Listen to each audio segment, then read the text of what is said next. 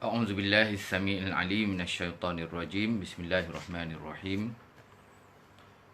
الحمد لله الذي أرسل رسوله بالهدى ودين الحق ليظهره على الدين كله وكفى بالله شهيدا. الحمد لله رب العالمين، صلاة وسلاما دائمين متلازمين على رسول المرسلين سيدنا محمد صلى الله عليه وسلم وعلى آله وأصحابه أجمعين. اللهم أعنا على ذكرك وشكرك وحسن عبادتك يا رب العالمين. السلام عليكم ورحمة الله وبركاته.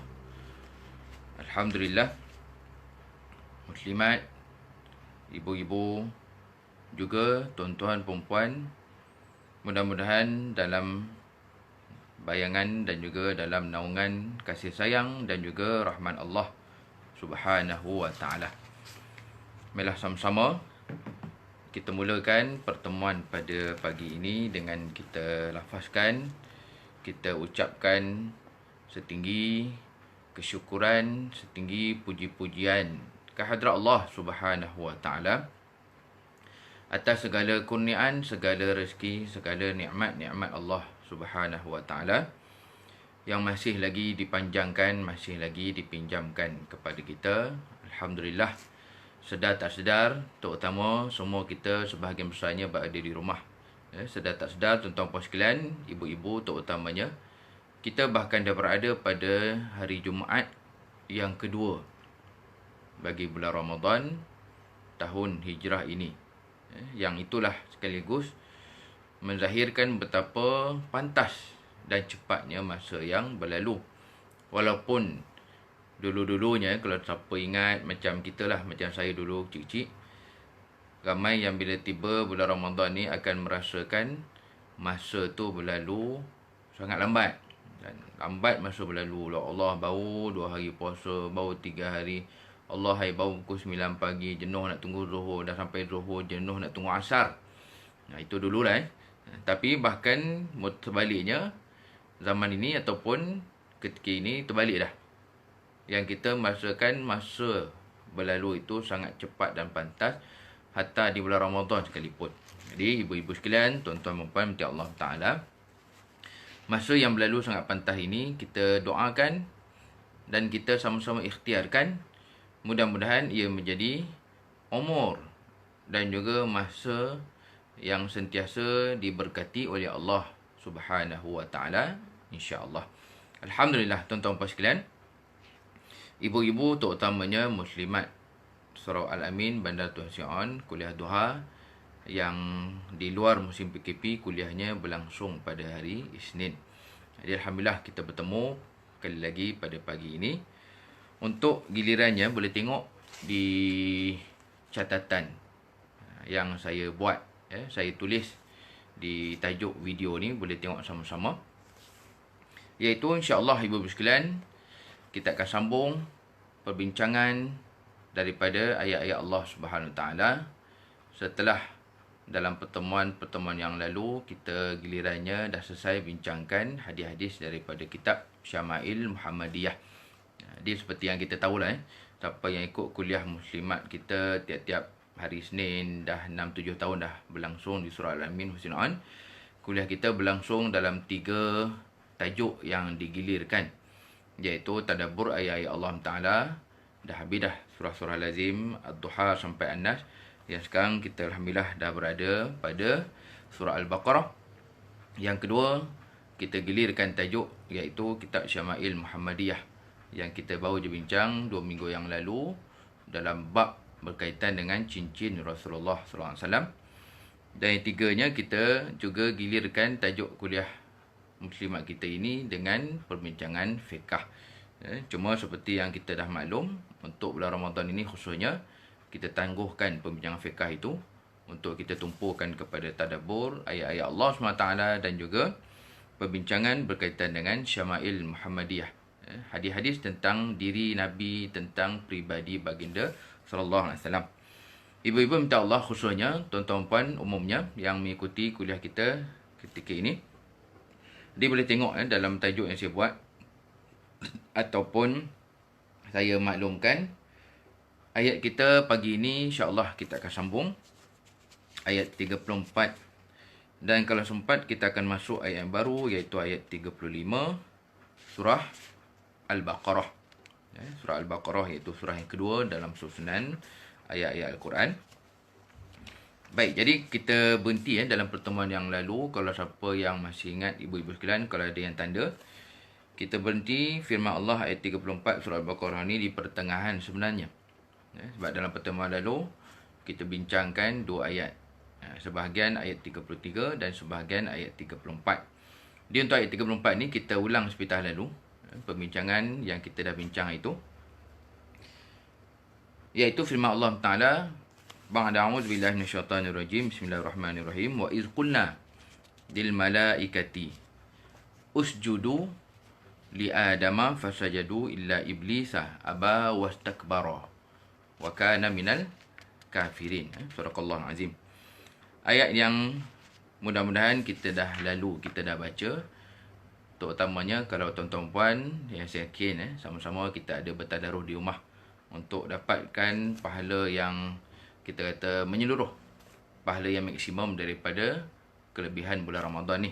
Jadi siapa yang duk tadarus, saya yakin dah selesai dah ayat ni, kami tidak baca punya. Hari ni pun dah hari ke-8 dah. Yang kami alhamdulillah sekeluarga dengan anak-anak, dengan isteri saya dah sampai pagi ni, insya-Allah dah habis surah yang sebelum surah Yusuf, dan insya-Allah petang nanti kami akan masuk surah Yusuf untuk tadarus. Kami berkeluarga lah. Dia dah masuk insya-Allah petang ni surah Yusuf. Jadi tuan-tuan puan, saya yakin ibu-ibu sekalian mungkin ada yang ada lebih dah kot daripada itu lagi, untuk kita ikhtiarkan dapat pahala yang maksimum daripada bulan Ramadan ini. Baik, dalam pertemuan lalu kita berhenti pada firman Allah Taala, wa iz qulna lil malaikati isjudu li adama fasajadu. Sampai situ kita berhenti. Dan itulah yang kita bincangkan dalam pertemuan lalu. Ada isu yang menarik, terutama bila kita lihat dalam Al-Quran, memang ada ayat-ayat Allah Ta'ala yang menyebutkan tentang perbuatan sujud sesama hamba. Lebih tepat lagi, manusia dengan manusia boleh sujud. Di sujud ni tak kira zaman kita ataupun zaman sebelum kita, memang maksudnya perbuatan yang letak dahi itulah. Dia tak perlu kita tafsirkan ataupun tak perlu kita letakkan maksud yang lain. Jadi kalau kita lihat perbuatannya itu, letak dahi di lantai, tangan pun letak di lantai.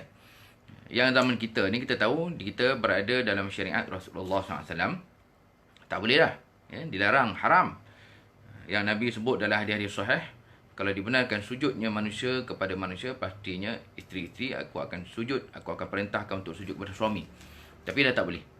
Yang menariknya dalam ayat-ayat Al-Quran ada disebutkan perbuatan sujud sesama makhluk. Inilah antaranya. Malaikat-malaikat diperintahkan untuk sujud kepada Nabi Adam AS. Dan dalam ayat lain, dalam surah Yusuf juga, Allah Ta'ala bercerita bagaimana keluarga adik-beradik Nabi Yusuf sujud kepada baginda ketika mereka tiba di Mesir. Ketika sampai mereka ke Mesir, Nabi Yusuf waktu itu dah jadi menteri, mereka sujud. Inilah yang dibincangkan oleh para ulama, tuan-tuan dan sekalian. Untuk kita, umat Nabi SAW, ia adalah perkara yang dah diharamkan. Hukum tu dah berubah. Ada disebut dalam hadis Rasul, kita dah bincang 2 minggu yang lalu, memang ada hadis yang Nabi larang. Dalam contohnya, perbuatan seorang sahabat yang balik daripada Syam. Sahabat tu sampai je ke Madinah, dia rindukan Nabi, dah lama tak jumpa Nabi, memuliakan Nabi, yang dia pun bawa balik daripada Syam ataupun Syria zaman sekarang ni. Dia tengok ada budaya mereka di sana yang sujud kepada manusia, sahabat tu sujud. Itu yang akhirnya Nabi pun tanya, kamu buat apa ni? Dan Nabi tegur, tak boleh lagi dah sujud sama manusia bermula daripada saat ini. Jadi maknanya tuan-tuan sekalian, sebab itu dalam kitab tafsir dan dalam perbincangan fiqh pun, ulama mengatakan sebelum daripada apa yang Nabi sebut tu, ia memang menjadi suatu perkara yang dibenarkan oleh syariat. Dia akhirnya bermula daripada kisah itu, ia dilarang di dalam Islam. Setelah perkara itu diharamkan oleh Rasulullah SAW. Jadi kalau kita baca dalam Al-Quran macam ayat ni ataupun dalam kisah Nabi Yusuf, maka sujud tu sujud yang merujuk kepada syariat umat terdahulu. Umat-umat terdahulu sebelum daripada kita memang ia perkara yang dibenarkan.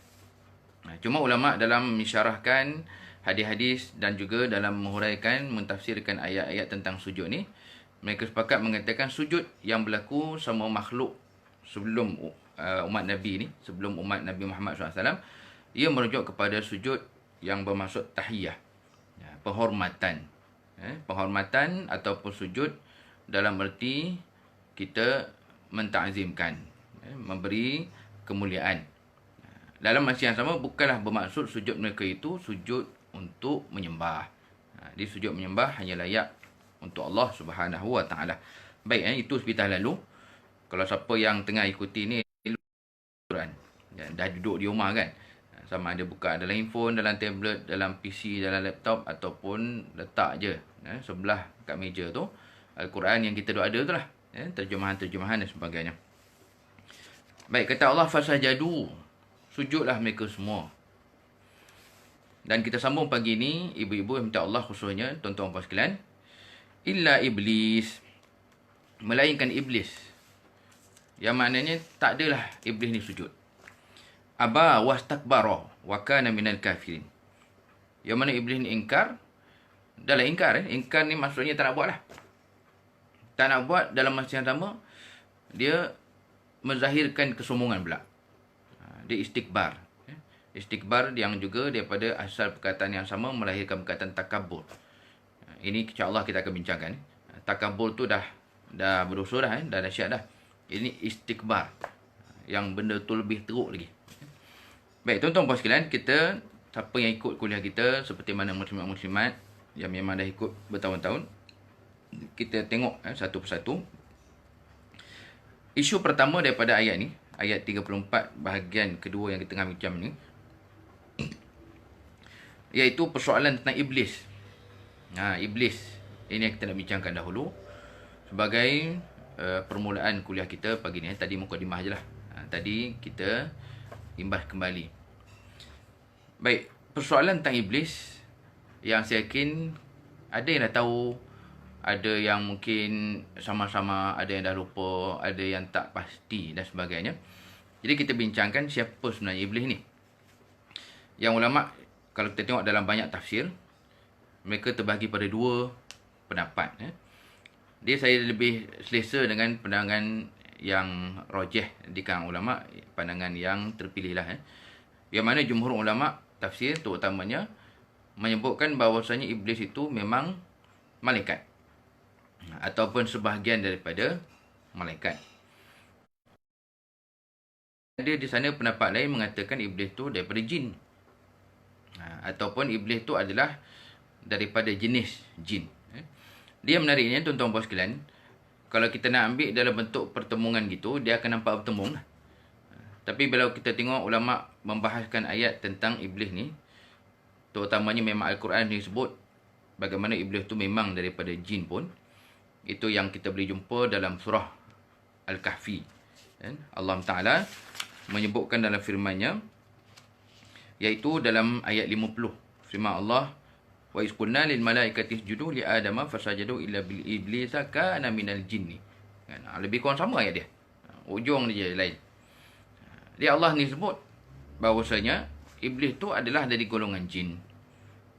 Tapi yang menariknya kita sebut tadi, pendapat yang rajih, yang paling ramai dipegang oleh ulama jumhur, majoriti ulama kata iblis tu malaikat. Dia macam mana Ustaz? Pendapat majoriti ulama bercanggah pula dengan ayat Quran. Ayat Quran kata iblis tu adalah daripada jenis jin.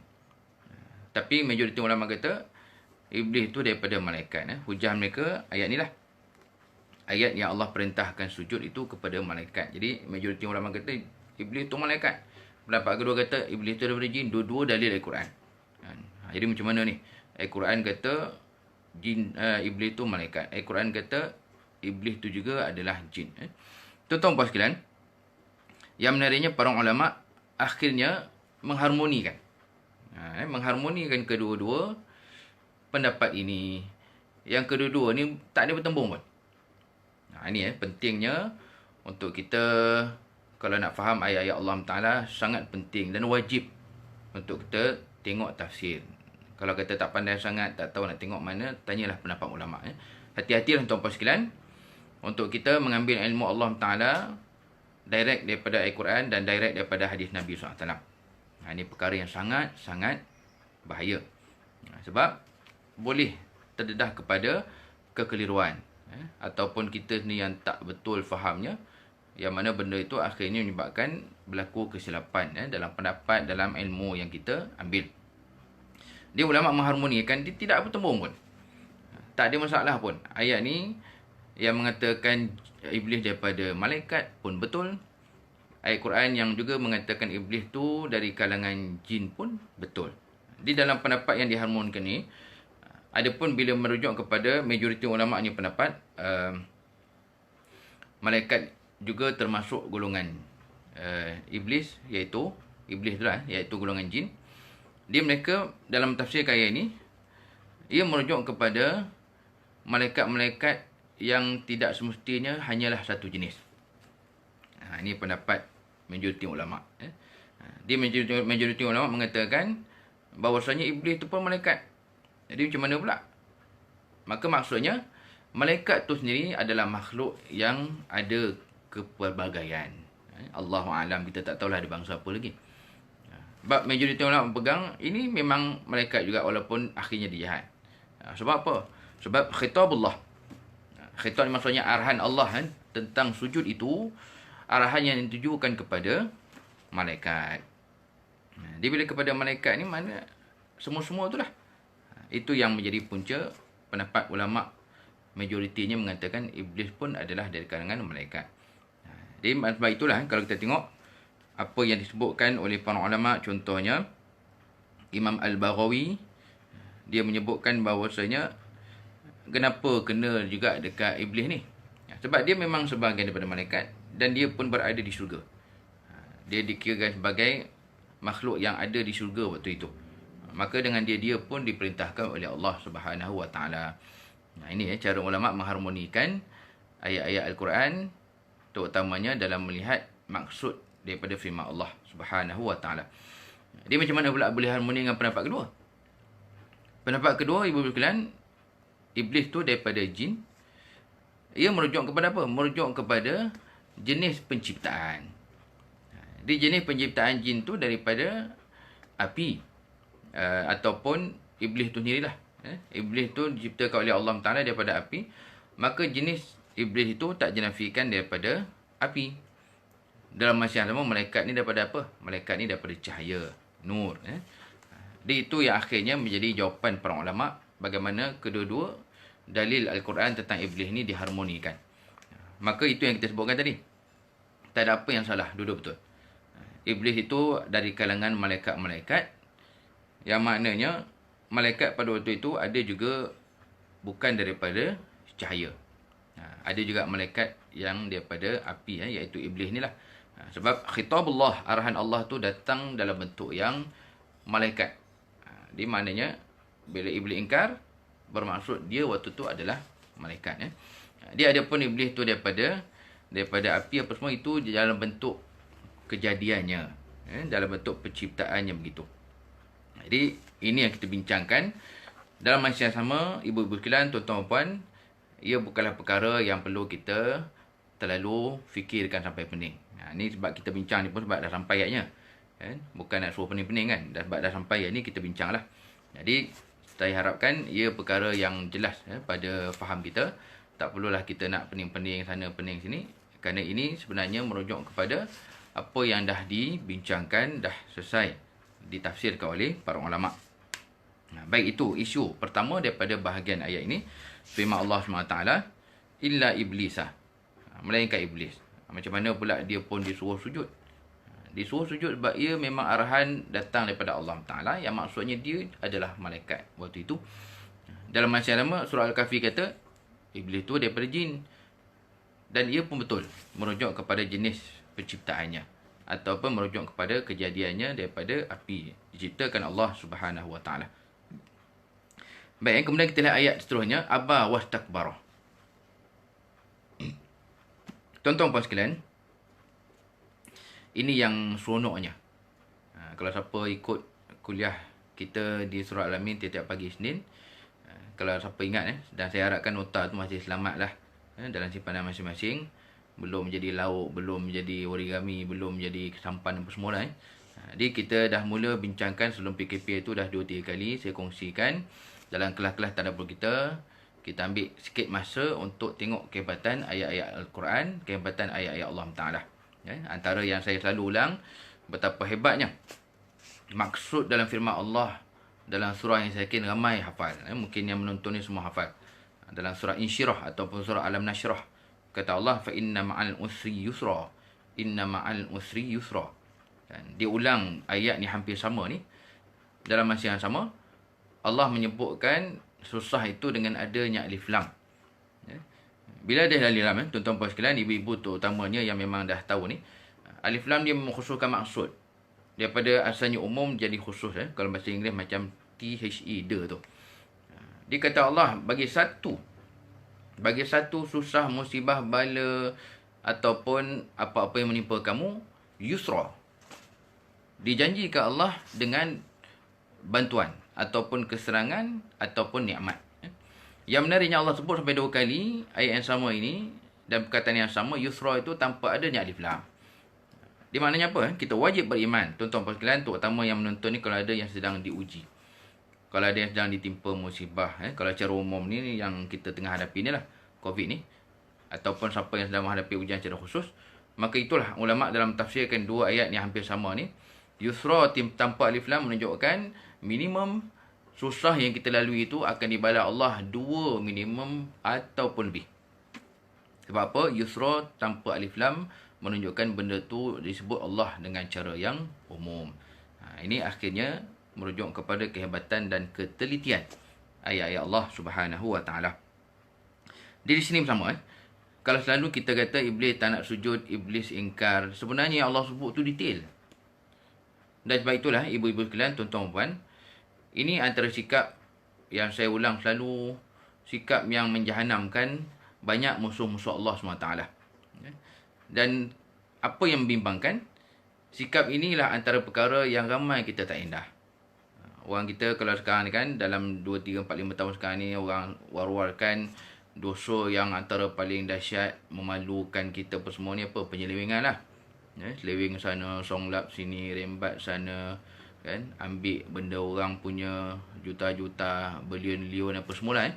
Dalam masa yang sama, tuan-tuan sekalian, yang dikatakan sebagai maksiat dan dosa yang dah wujud sejak ribuan tahun, bahkan ini punca kepada dilaknatnya iblis itu, yang kita bimbang ramai tak indah, ramai rasa okey je, iaitu kejahatan kita membesarkan diri ataupun kejahatan daripada sikap sombong. Inilah yang paling bahaya. Yang malangnya, ramai kita buat dono je pun. Kan? Dia rasa kita je lah betul. Di atas jalan raya, tengah beratur kat kedai, tengah beratur kat tol, berbincang dengan orang pun. Ramai orang kita yang kalau bincang tu memang dia buka je mulut tu pakai suara Allah je lah. Sebab apa? Sebab Ustaz, dia ni Ustaz, bila buka je mulut memang confirm dia je lah betul. Tak ada orang lain betul Ustaz. Kau ada hakim orang tu, hakim-hakim pun kena dengan dia. Ini tuan-tuan sekalian, kejahatan dan maksiat yang wujud zaman berzaman sampailah zaman kita pun, yang mungkin ramai buat tak indah ni adalah kejahatan yang berunsurkan sombong, bongkak dan juga membesarkan diri. Ini yang jangan sampai kita buat tak tahu. Dalam keadaan kita duk highlightkan dosa-dosa yang biasa kita dengar lah. Merompak, mencuri, menyeleweng, berkhaluat lah, berzina apa semua, itu memang dosa. Tapi itu memang benda yang nyata. Yang kita bimbangkan, kejahatan yang sebenarnya menyebabkan terkeluarnya iblis. Kejahatan yang juga menyebabkan umat-umat terdahulu diazab oleh Allah Ta'ala, iaitu sombong dengan Nabi masing-masing. Jadi iblis ni kalau kita tengok lain ni, kata Allah, dia bukan sekadar ingkar biasa. Tapi iblis ni, Allah menegahkan aba wastakbar. Dia tak nak buat. Ingkar. Dalam masa yang sama, dia istikbar. Dia menjadi orang yang menyombong. Baik, jadi daripada bahagian kedua kita nak bincang pagi ni, tuan-tuan puan sekalian, maka para ulama', terutamanya ulama' tasawuf, saya rujuk tadi, menyebutkan bahawasanya kejahatan iblis ni memang dahsyat. Jadi saya harapkan mudah-mudahan saya yang bercakap memang berat yang bercakap ni lagi berat lah. Allah sebut dalam surah As-Saff, Allah bagi warning, lima taquluna ma la taf'alun. Mengapa kamu cakap benda yang kamu tak buat? Jadi kita nak lihat pada pagi ini, kejahatan iblis ni dia kejahatan yang berkaitan dengan keingkaran dan akhirnya dengan ingkar tu dia menyombong pula. Maka daripada pembincangan yang kedua ni, tuan-tuan puan sekalian, para ulama menegaskan ingkar itu masih ataupun boleh dikatakan jatuh pada kategori dosa. Dosa lah kan, ingkar. Dalam masa yang sama, dosa itu boleh jadi bertambah lagi. Orang ni 9 kata bertingkat lagi dosa tu. Bila mana dia tak buat, dia ingkar. Ataupun benda yang kena tinggalkan, dia buat pula. Dalam masa yang sama, keadaan dia yang berdosa itu dizahirkan pula dengan penuh kesombongan. Ini yang sebenarnya berlaku kepada iblis laknatullah. Yang malang tuan-tuan sekalian, benda inilah yang banyak berdosa dalam masyarakat. Dengan kita-kita pun takut-takut pun buat juga. Kerana meninggalkan perintah Allah ataupun melanggar larangan Allah, itu dah satu dosa. Itu dah satu kesalahan dah. Dalam masa yang sama, bila terjebak pula dengan kesalahan itu, dia membesarkan diri, menyombong apa semua, itu dah jatuh kepada kesalahan yang lain. Dan inilah tuan-tuan sekalian, antara maksiat yang minta maaf saya sebut, maksiat ni bahkan berlaku di kalangan ahli ibadah pun. Kaki surau, kaki masjid, kaki apa pun, kaki yang baik-baik lah. Kaki kuliah ke apa ke. Ini antara banyak di kalangan kita masih lagi ada sikap ini. Saya bagi contoh. Hatta sekarang ni kita tak ke surau pun, dah sebulan lebih dah. Tuan-tuan puan sekalian, maksiat seperti ini adalah maksiat yang berlaku dalam bentuk moden zaman kita ni. Maksudnya apa? Dia antara maksiat yang banyak berlaku di dalam grup-grup WhatsApp. Yang kadang menakutkan tu, grup WhatsApp mana ni? Grup WhatsApp surau. Grup WhatsApp mana? Grup WhatsApp masjid. Kan? Memang kaki masjid, kaki surau, kaki kuliah lah. Kan? Kaki ni main baik-baik je. Tak ada yang tak elok. Dalam masa yang sama, dalam grup-grup WhatsApp ni lah kadang kita nampak mereka-mereka yang dengan, kita katakan macam ego lah. Dengan keegoannya, dengan sombongnya, mempertahankan perkara-perkara yang tak betul. Benda tu terang-terang fitnah kan. Benda tu terang-terang benda yang tak ada sumber pun. Bila orang tegur, suruh delete apa semua, oi melawan dia. Alah, kita sebarkan je, kita baca lah. Tak betul kita tapis ni. Dah pula kan. Kita pula kena jadi tapis. Dia yang tapis tu bocor ke apa? Tapis dia tu tak pakai pula. Ni tuan-tuan puan sekalian, kadang saya jadi takjub juga. Seolah macam kita punya amalan, kita punya kuliah-kuliah tu macam kuranglah kesannya. Tak adalah kata tak berkesan. Macam kurang kesan. Sebab apa? Sebab benda-benda begini berlaku di kalangan mereka-mereka yang kerap ke rumah Allah Subhanahu Wa Taala. Yang kalau antara yang lagi saya sedih dan terutamanya, bila yang disebarkan itu tak ada kaitan pun dengan grup tu. Kan? Tak ada kaitan pun dengan pembincangan tersebut. Bila orang tegur apa semua, dibantahnya. Ini perkara yang termasuk kejahatan hakikatnya adalah perkara yang menyebabkan teruknya makhluk-makhluk Allah Ta'ala itu diazab. Yang kita tengah bincang ni iblis lah. Dia dalam konteks maksiat tuan-tuan puan sekalian, saya secara peribadi pun saya mengaku ia bukan benda yang mudah. Terutama untuk kita akur bahawasanya dosa itu adalah dosa. Dia yang belum jadi masalah ni bila kita tak buat. Bila kita tak buat kan okey kan. Tapi bila dah terjebak, bila kita buat, pesang. Dia akhirnya menyebabkan boleh jadi kita terlibat dengan dosa-dosa yang bertambah-tambah lagi. Bertingkat-tingkat dosa tu.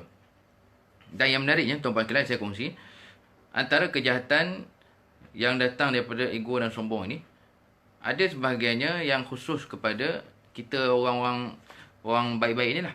Boleh kata orang baik-baik kan. Datang masjid, datang surau dengan kuliah. Antaranya, saya boleh kongsikan termasuk perkara yang saya dah jumpa daripada kecil dah kira macam ni. Salah satunya melibatkan hutang piutang. Hutang piutang, tuan-tuan puan sekalian, tolong jangan anggap benda ni remeh. Bayangkan sebanyak-banyak ayat Quran 6, 2, 3, 6. Ayat Quran bukan 6, 6, 6, 6. 6,000 ayat lebih ayat Quran 6, 2, 3, 6 tu. Yang paling panjang sekali dalam Quran adalah ayat tentang hutang. Ayat pasal hutang yang paling panjang.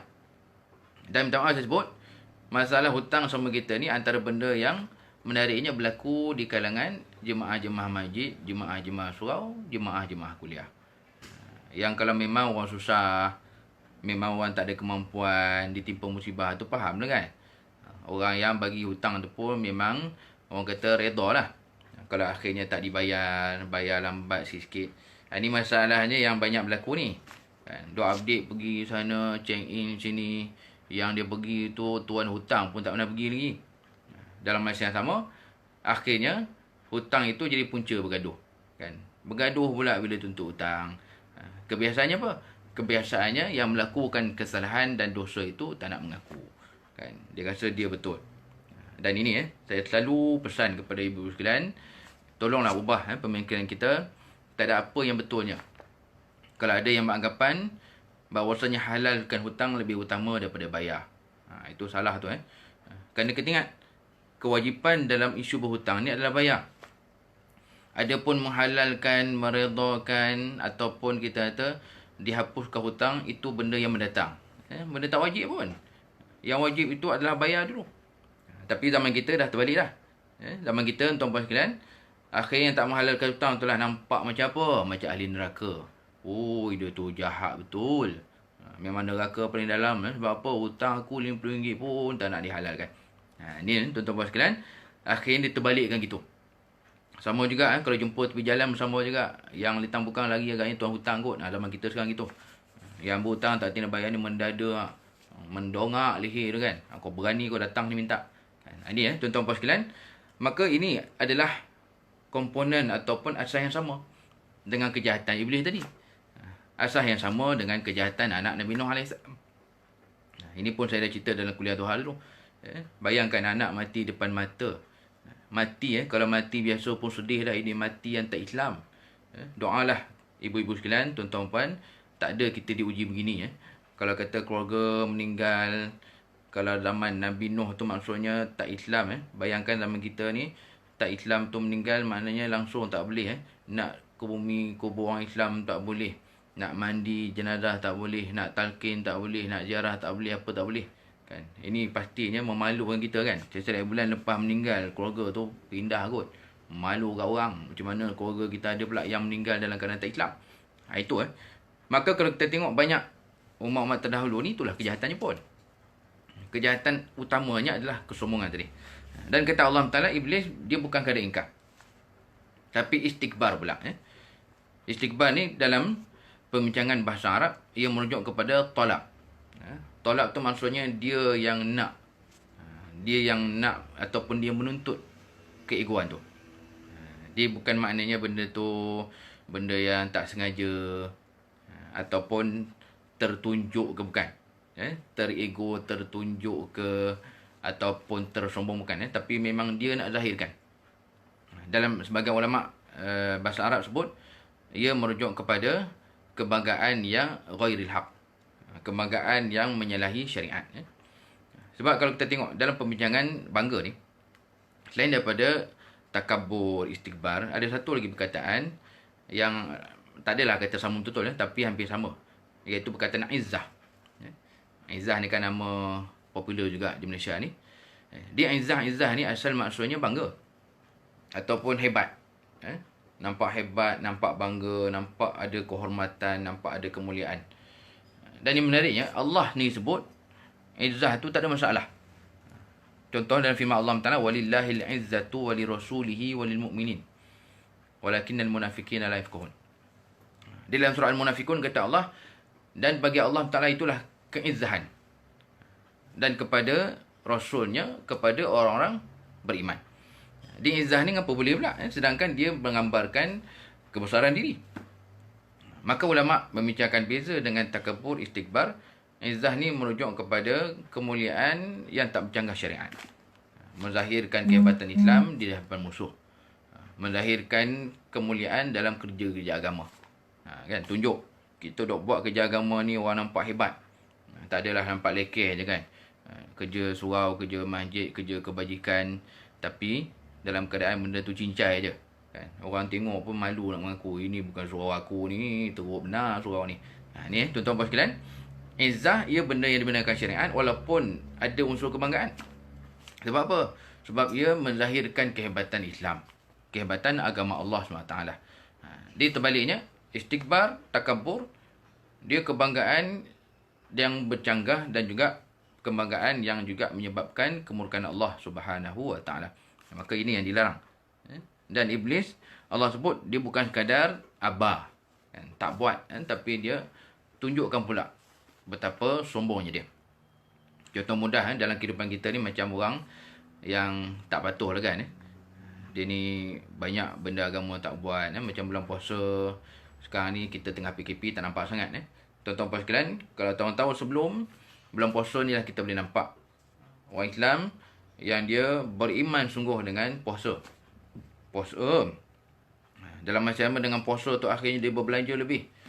Contohnya apa? Buka puasa, banyak bayar. Iftar di hotel-hotel dan sebagainya. Dia dalam keadaan sebahagian benda yang dibuat tu dibuat sungguh-sungguh. Kalau buka puasa ni bayangkan, kita sudah sebut itu, orang kita, tuan-tuan puan sekalian, beriman sungguh. Beriman dengan apa? Beriman dengan waktu buka puasa tu. Selagi walaupun dah sampai tu, tapi saat belum sampai, tunggu kan. Kalau kata dah sampai saat dan minit pun, tunggu tak? Tunggu apa? Tunggu azan. Tak azan lagi ni. Ini pengalaman saya waktu saya bujang dulu. Makan di kedai biasa, kedai tom yum tepi jalan. Dalam masa yang sama buka puasa tu, tak ada pula di kedai tu radio, tak ada TV, tak ada apa, tak ada. Di zaman sebelum saya kahwin tu memang zaman yang internet pun tak apa ada lah, tak apa canggih zaman kita ni. Dia tengok jam, kita dah tengok dah takvim tadi tapi bila tengok jam, bila waktu dah masuk tu, yang menarik tuan-tuan puan sekalian, akhirnya bila waktu dah masuk, bunyi azan tak ada, apa tak ada, akhirnya nak kita beriman betul ni, akhirnya masing-masing tengok sana, tengok sini meja ni, tengok meja sana, tengok meja sini, kau tengok aku tengok kau. Kan? Beriman sungguh dengan waktu buka puasa ni. Takut masing-masing. Kan? Itu kita nak beri contoh. Dalam masa yang sama, dibimbangi di kalangan kita yang berpuasa ni, ada pula terjebak dengan maksiat-maksiat yang dilakukan perkara tersebut walaupun tahu benda tu dosa. Dia akhirnya jadilah benda tu satu maksiat di sisi Allah SWT. Tapi yang bezanya, bila mana tak buat tu abah. Macam ini tak buat, dia tak patuh tu, maka abah lah tu. Tak apa nak jaga solat contohnya kan. Solat dia kalau bulan Ramadan manjang jamak PKP pula. Dia berjaya menjamakkan Zuhur dan Asar non-stop. Yang menarik tuan-tuan sekalian, ada orang yang dia boleh tahu timing tu. Bila kalau kata tidur tu bila nak bangun. Elok-elok je dia bangun tu, adalah masa sikit untuk solat Zuhur. Lepas tu terus solat Asar. Jadi itu benda yang ada mungkin orang puasa duk buat. Tapi dalam masa ni dia tahu ini salah. Doakanlah saya Ustaz, doakanlah saya mudah-mudahan saya berubah, tinggalkan dosa ni. Dia masalahnya macam iblis duk buat ni, istikbar tu. Dia memang dah ingkar lah. Ingkar dalam masa yang sama penuh kesombongan. Orang tegur pun tak nak ngaku. Kejahatan yang dia buat tu dizahirkan dengan terang-terangan. Ini tuan-tuan, ini Nabi sebut dalam hadis sahih. Hati-hatilah dengan maksiat yang diwar-warkan, maksiat-maksiat yang ditunjukkan, terutama dengan penuh kebanggaan. Sebab apa? Sebab maksiat kita ni kalau asalnya orang tak tahu, ia sebenarnya antara bentuk rahmat Allah SWT. Antara bentuk rahmat Allah ni jangan kita bayangkan umur panjang je. Jangan bayangkan sihat je. Macam tahun ni kan kita puasa banyak ada rumah je. Setiap bulan tuan-tuan puan sekalian, ada sebahagian kita habis bulan puasa pun macam tu kat berat badannya pun. Bulan puasa ni penimbang kat rumah tu rosak. Sebab apa? Dah habis Ramadan pun macam tu kat beratnya pun. Bukan penimbang rosak lah, tapi kita yang tak menurun pun. Jadi nak katanya, bila mana terlibat dengan perkara ini, ia merujuk kepada keadaan manusia yang diingkar dan dizahirkan perkara tersebut. Dalam keadaan rahmat Allah ini sebenarnya termasuklah kita yang ditutup maksiat-maksiat dan dosa. Maksiat kita tuan-tuan puan sekalian, bila Allah tutup, itu pun termasuk rahmat. Kan? Itu termasuk satu cara Allah menjaga kita. Jadi sebab itulah ditegaskan oleh Nabi SAW, bila maksiat itu dizahirkan, ditunjuk dengan penuh kebanggaan, dia sebenarnya menjadi orang yang sangat-sangat dibenci, dimurkai oleh Allah. Sebab apa? Sebab dia tak menghargai rahmat. Allah menutup maksiat tersebut. Kan? Allah tutup je ni. Maksiat tu Allah tutup lah. Tapi dizahirkan, pada akhirnya, seolah-olah dia tidak menghargai dengan tutupnya aib tersebut dan maksiat tersebut. Jadi hati-hati tuan-tuan puan sekalian. Jangan kata maksiat ni hanyalah benda-benda yang biasa kita sebut tadi. Saya dah kongsikan tadi, termasuklah dalam hutang piutang, termasuklah dalam urus niaga kita, termasuklah dalam kes-kes penipuan, pembelian, transaksi dan sebagainya. Hati-hati. Kalau pada akhirnya kita tak mengaku walaupun terang-terang benda tu bercanggah dengan fatwa, kita rasa kita betul walaupun benda tu terang-terang satu penipuan dan sebagainya, maka itulah apa yang kita kena ingat, keadaan yang dibuat oleh iblis laknatullah.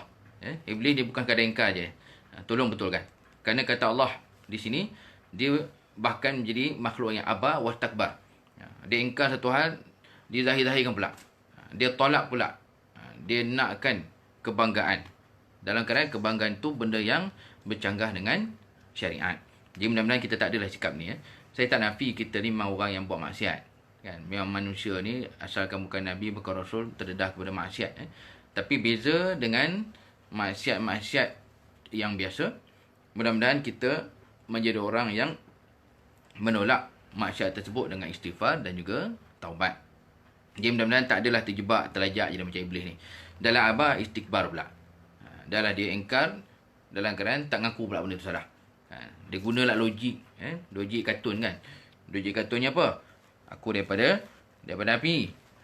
Dan juga Adam tu daripada tanah. Ini Allah sebut dalam Al-Quran.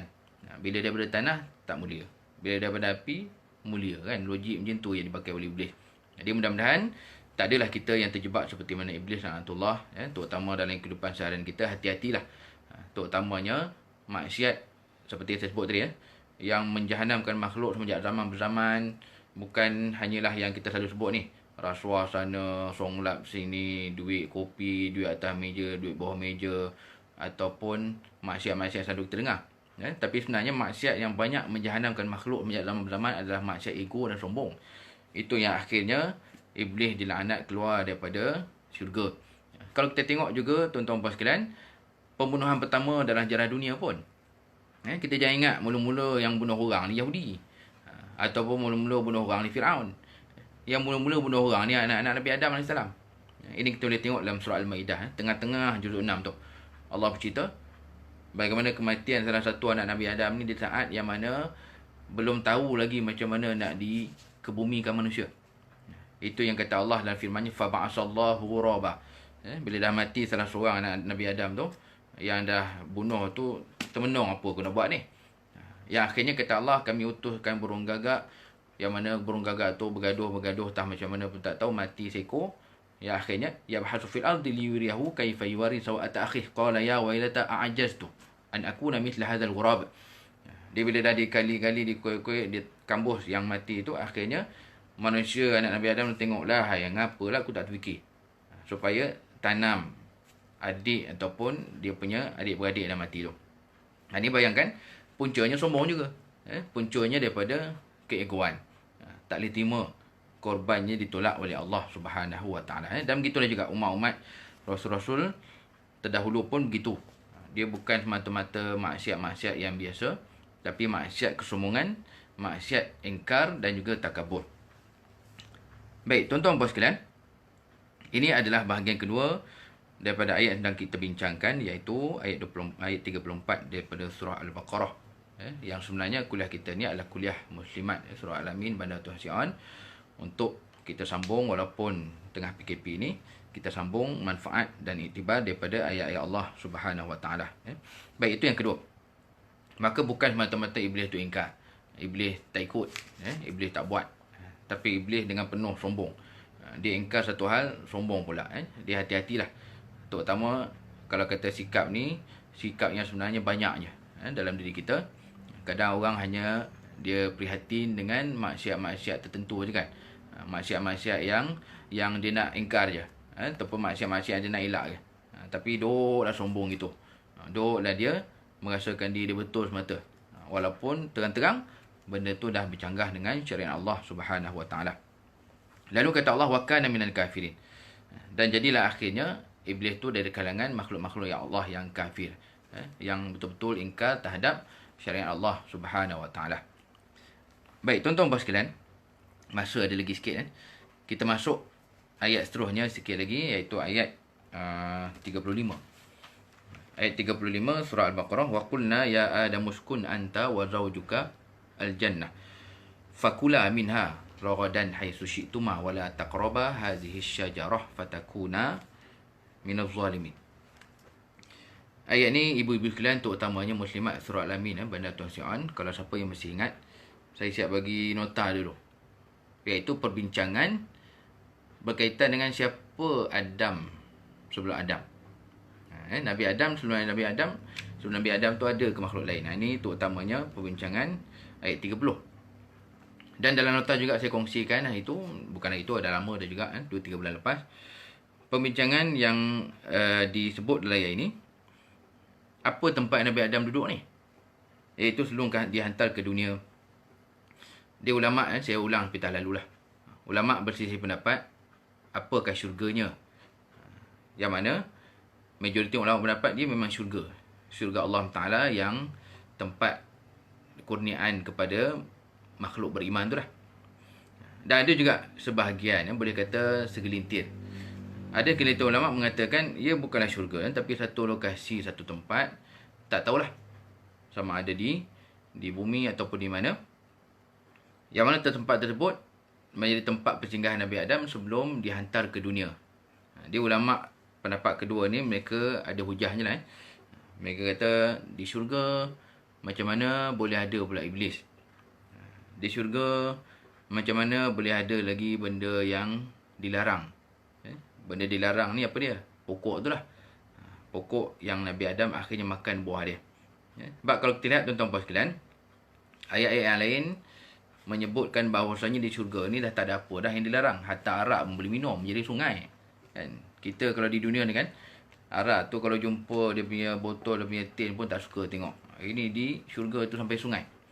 Dan inilah kita lihat pendapat para ulama tentang hakikat syurga duduknya Nabi Adam AS. Ada kita tak bincang yang itu panjang lebar. Dengan muslimat surah Al-Amin saya dah bincang dah itu.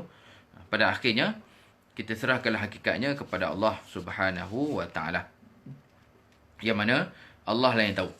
Ia memang syurga betul ataupun tempat sementara sebelum Nabi Adam dihantar ke dunia. Sebab pendapat pertama, saya kongsi sekali lagi, majoriti ulama' bila mengatakan dia memang syurga betul, bila mana ada yang mengatakan macam mana kat syurga boleh ada iblis, macam mana kat syurga boleh adanya benda dilarang apa semua. Ulama' majoritinya pendapat keadaan-keadaan yang menyebutkan sempurna syurga apa semua tu, ia sebenarnya tertakluk dengan kemahuan Allah Subhanahu Wa Ta'ala. Dia kalau kata dekat syurga dah tak ada bisikan, dekat syurga dah tak ada apa-apa yang tak boleh apa semua, itu merujuk kepada apa? Merujuk kepada nanti lepas hisap tu.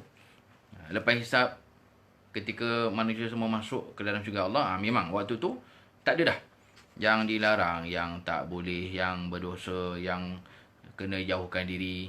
Di waktu tu tak ada.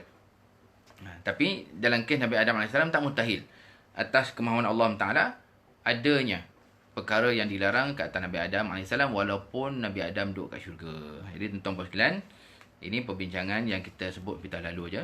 Tak perlu dipening-pening kepala kan. Yang paling penting apa kan? Yang paling penting tuan-tuan puan sekalian, macam mana cara nak masuk syurga tu. Itu yang paling penting. Duk misang syurga sana, syurga sini, alam malakut, alam lahut, langit 7, langit 10. Awak pergi syurga tu tak ada usahanya pun. Kan? Usaha ke syurga tak ada. Macam dengan jodoh lah kan. Dia sebut perempuan tu gitu, perempuan tu gini, lawa lah, segak lah, apa benda lah. Usaha nak dapat perempuan tak ada pun. Kan? Ini perkara yang pastinya kita kena betul-betul faham. Jangan kita akhirnya terjebak dengan perkara-perkara yang melalaikan daripada tujuan utama, iaitu beribadah kepada Allah. Baik. Kata Allah, wa qulna ya adamu uskun anta wa zawjukal jannah. Tuan-tuan puan sekalian, bahagian pertama ayat 35 ni, firman Allah maksudnya, dan kami berfirman, kami memerintahkan kepada Nabi Adam AS, uskun, tinggallah kamu dan pasanganmu di dalam syurga Allah SWT. Syurga yang kita sebut tadi lah. Ada yang kata syurga betul, segelintir ulama kata boleh jadi tempat singgah je. Kita nak bincangkan yang pertama bagi bahagian ini tentang Hawa, isteri Nabi Adam ni, wa zawjuka. Yang pertama je tentang nama. Nama Hawa ni kalau kita lihat, dia bukan nama yang disebut di dalam Al-Quran. Tuan-tuan puan boleh tengoklah ayat mana pun tak ada sebut nama isteri Nabi Adam ni. Yang menariknya, banyak tokoh-tokoh dalam Al-Quran, kita mengambil namanya daripada hadis Nabi SAW ataupun daripada tafsir-tafsir.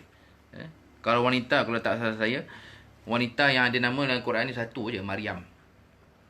Maryam yang bahkan ada surah. Tapi wanita yang lain, sama ada isteri Nabi Adam, sama ada Zulaikha, ataupun satu lagi Imra'atul Fir'aun.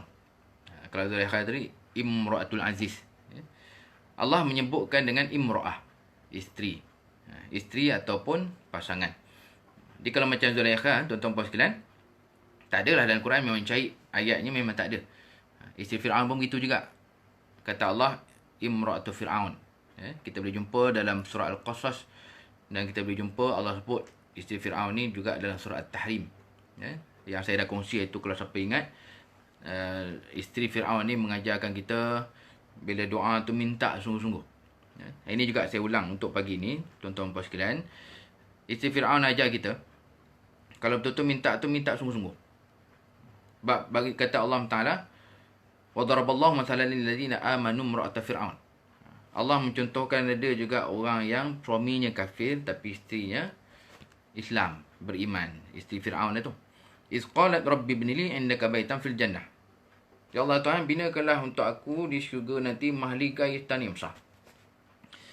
Dan kalau compare dengan doa kita, sebahagian kita, doa tu selalunya apa? Itu je lah kan? Syurga je lah. Okey tu Ustaz, tak kira lah, saya tak kisahlah Ustaz, syurga atas ke bawah ke tepi ke tengah ke, syurga pinggir ke apa ke. Itu satu keadaan yang mungkin menunjukkan macam mana ibadah kita.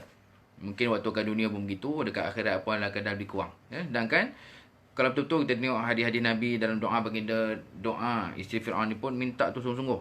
Kan? Ya Allah, bukan kata nak syurga je, nak mahligai, nak binaan yang besar. Ini juga satu contoh kepada kita dalam berdoa, tuan-tuan puan sekalian. Kalau boleh sebutlah satu-satu, sebut betul-betul. Minta apa yang kita nak tu betul-betul dengan Allah Ta'ala. Kan? Bukan sekadar gitu-gitu je kan. Macam satu lawak yang biasa dibuat oleh tuan guru kita, yang mana dia kata orang Islam selalu-selalunya doa pun ya Allah macam biasa ya Allah. Amin ya rabbal alamin. Itu keadaan yang menunjukkan kita dengan balasan Allah pun tak berapa nak bersungguh. Sedangkan banyak di sana dalil-dalil yang menunjukkan bersungguhnya umat terdahulu dalam memohon kepada Allah SWT. Dia balik kepada isu nama tadi, Hawa ni, yang menariknya ulama dalam menyebutkan tentang penciptaannya, ada yang mengatakan, ini saya tengok dalam tafsir Al-Munir, ramai juga yang mengatakan bahawasanya penciptaannya itu boleh jadi bukanlah daripada tulang rusuk. Di Nabi ada sebut, kalau kita tengok Hawa daripada tulang rusuk ni sebenarnya disebut oleh hadis Nabi SAW yang sahih, riwayat Imam Al-Bukhari, riwayat Imam Muslim, yang mana daripada tulang rusuk Nabi Adam AS.